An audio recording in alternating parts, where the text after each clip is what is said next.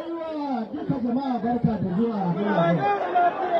musamman ina so in gode wa shugabanninmu da suka zo daga Abuja a ƙarƙashin shugabancin Sanata David Mark wanda shi ne shugaban wannan jama'iyya na ƙasa gabaki ɗaya. Ya zo da dukkanin manya-manyan makaraban jama'iyyar ADC na Najeriya gabaki ɗaya. Ya zo da manyan mutane wanda da an gabatar muku da su masu ya sake gabatar.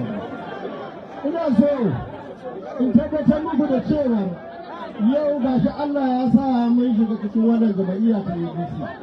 Wannan rana ta sa wani fandisho sabo bin a siyasar jihar Kano da kuma siyasar Najeriya gabaki ɗaya.